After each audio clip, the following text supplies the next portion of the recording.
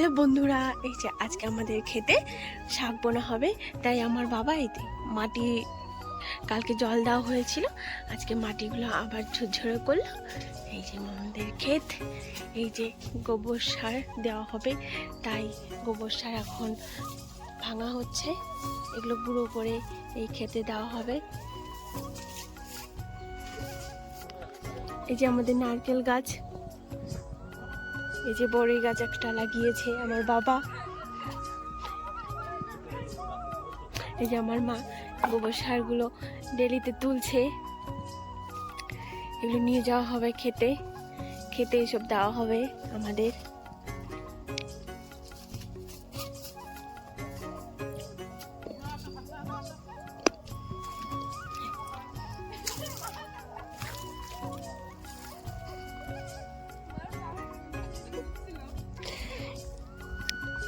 কালকে খেতে জল দেওয়া হয়েছিল, তাই মাটিটা আজকে খুব ঝুরঝুরে হয়েছে। এই যে আমাদের রসুন গাছ, এই যে বন্ধুরা আপনারা তো সবাই চেনেন এটা কি, এই যে এটা হচ্ছে ওলকপি। আমাদের গ্রামে এসব চাষ করা হয় খেতে, নিজের খেতে। তারপর আলু চাষ করা হয়েছে আমাদের। এই যে আমাদের বিছন ধান, এগুলো এই যে এগুলো দিয়ে আমরা ক্ষেত বুনবো খেতে। তারপরে এই যে আমাদের গোবর সারগুলো গুঁড়ো করা হয়ে গেছে। ওইটার মধ্যে আর কিছু মিশাবা, আর কিছু মেশাবা। আমার বোন ফুলের বাগান করেছে এই যে ঘরের পেছনে আমাদের একটু খেতে।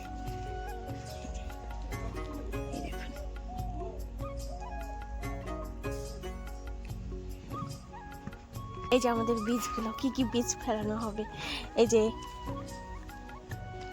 ধনে পাতা, ডাটা বীজ ফেলানো হবে। এই যে এটা লাফা বীজ, লাফা শাক।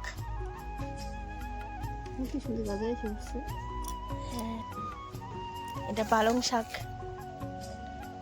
আমাদের বন্ধনের সার দিয়েছি। এই যে বাবা দিচ্ছে গোবর সার দিচ্ছে। এখন ডাটা বীজ ফেলবে, ডাটা বীজ ভিজাতে হয় না।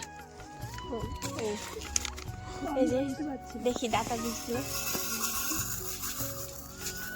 কি সুন্দর দেখতে। দিবা না?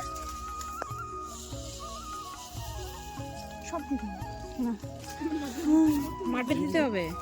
এটা তো মাটি, এটা এখন মাটি মেশানো হবে। কেন মাটি মেশাও? হাতে যেন লাগে। ডাটা বিচি খুব পিচ্ছিল হয়, তাই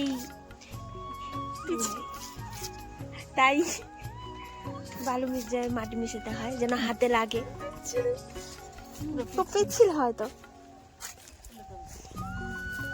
এই যে এই পাশে ফেলবে ডাটা বীজ, এই যে এইখানে মাটিতে এখন মাখানো হচ্ছে, এটা এখন ফেলানো হবে।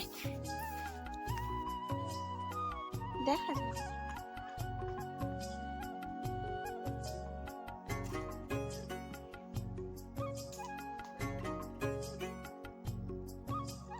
মাটি অর্ধেক অর্ধেক ফেলাবা? হ্যাঁ মা, এগুলো ভিজে কতদিন রাখতে লাগে? 3 দিন। বীজগুলো 3 দিন আগে ভেজানো হয়েছিল, ভিজিয়ে তারপর ডাটা বীজ ফেলবে সম্পূর্ণ। আর এই পাশটাতে লাফা আর পালং।